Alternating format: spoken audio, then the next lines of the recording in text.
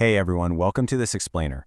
Today we're diving straight into the sheer massive scale of Nigeria's telecommunications market and taking a close look at the intricate regulatory shield that protects its everyday users. We're unpacking a system that manages millions of connections every single second and the robust rules designed to keep that entire digital ecosystem safe, fair, and totally transparent. We've got a lot of ground to cover. We'll start with Nigeria's massive telecom market, move into the cybersecurity frameworks, break down the new Internet Code of Practice, and finally look at exactly how all of this protects the everyday consumer. Let's get into it.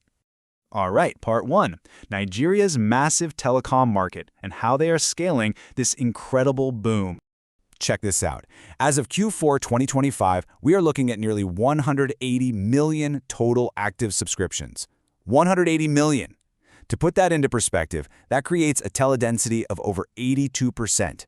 We're talking about a completely plugged-in population where telecommunications form the absolute backbone of daily commerce, communication, culture, the whole shebang.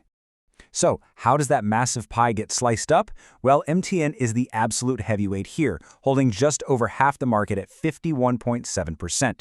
That translates to over 93 million subscribers sitting just on their network.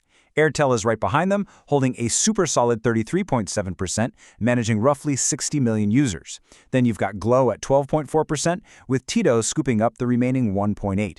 Why does this matter? Because when the regulator steps in to make a rule, they are directly impacting giants that manage networks larger than the populations of many countries. Now this is where it gets really fascinating. The tech breakdown. You might assume everyone's fully modernized by now, but the reality is much more fragmented. Sure, 4G absolutely dominates at nearly 53%.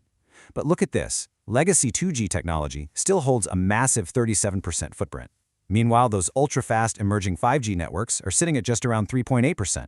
So the regulators have this crazy balancing act. They have to fiercely protect the user streaming 4K video on 5G in a city, exactly the same way they protect someone relying on 2G for basic voice calls out in a rural area. Which brings us to part two, frameworks for cybersecurity. Basically, how do you guard digital gates of that size?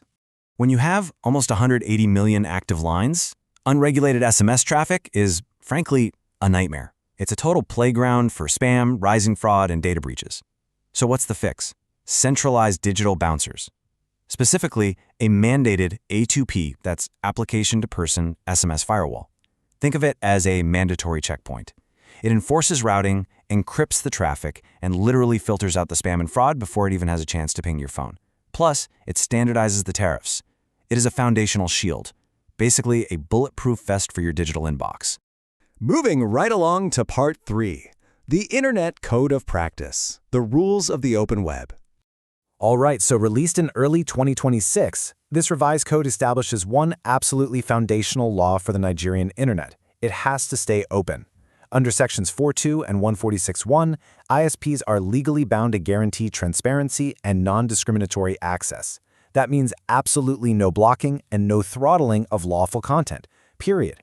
The web has to remain a fair playing field for every single user, no matter which of those network giants you happen to be subscribed to.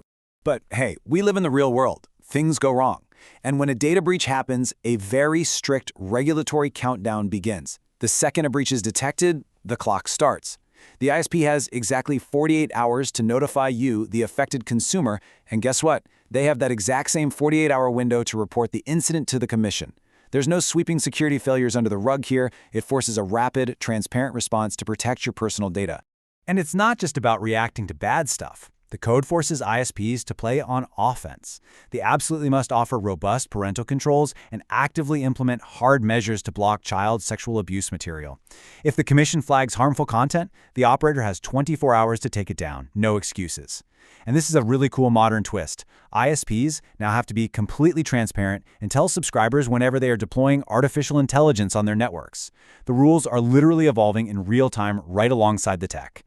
Finally, let's zoom in with part four, protecting the everyday consumer. What do your digital rights actually look like? For the NCC, all these massive frameworks boil down to a few highly practical goals for you and me. We're talking faster resolution times when your mobile bank transfers fail.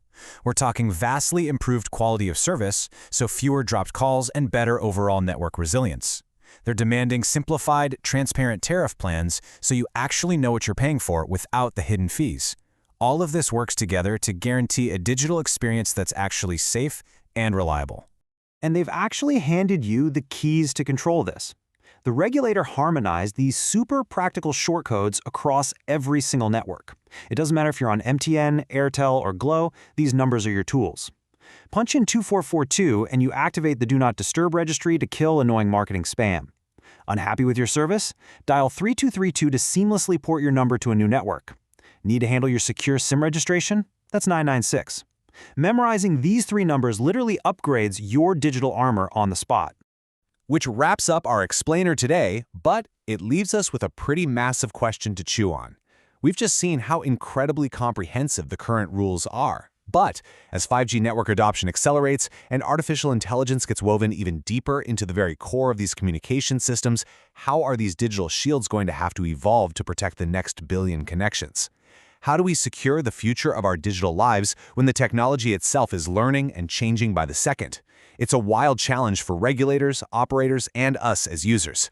Thanks so much for hanging out and unpacking this with me. Definitely keep your eyes on this space because it is moving incredibly fast.